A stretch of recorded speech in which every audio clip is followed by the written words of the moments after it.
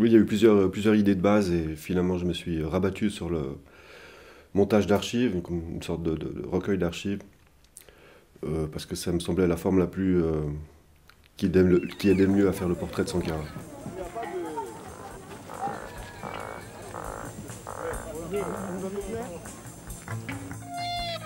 Thomas Sankara, capitaine de 35 ans. Président de la Haute-Volta, il a pris le pouvoir par un coup d'État le 4 août 1983.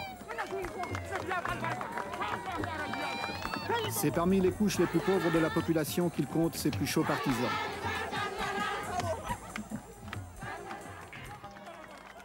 Il me semblait qu'il ne s'agissait pas, non pas d'illustrer, comment dire, j'ai choisi cette musique de The X, qui est une musique punk, parce que pour moi, elle a la même énergie que la parole de Sankara. Et que, disons, c'est aussi ces musiques que j'ai prises qui correspondent à l'époque de Sankara, ces années 80. Et la raison la plus simple pour moi, c'est que c'est la musique que j'écoute toujours. Et donc ça me semblait naturel, en tout cas d'essayer. Et j'ai trouvé que c'était concluant, donc je l'ai laissé.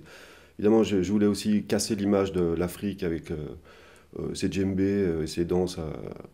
Voilà, donc pour moi, c'était plus intéressant de trouver une autre musique qui soit moins illustrative quoi, de l'Afrique. Est une Haute-Volta résolument responsable,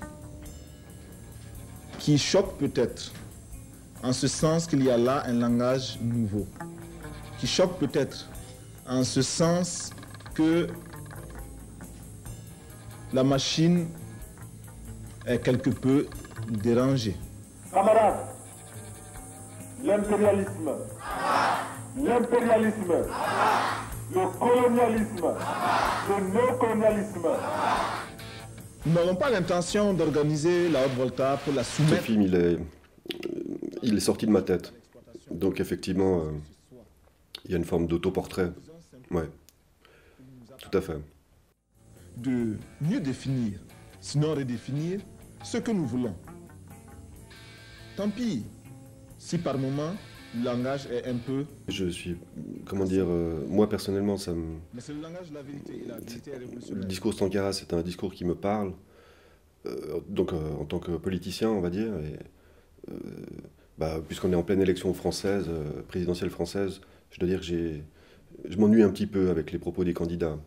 Et oui, et pour moi aussi, la parole Sankara, c'est pas tant qu'elle est sacralisée à travers lui, mais en fait, elle est, comment dire, elle est discursive, elle nous permet de réfléchir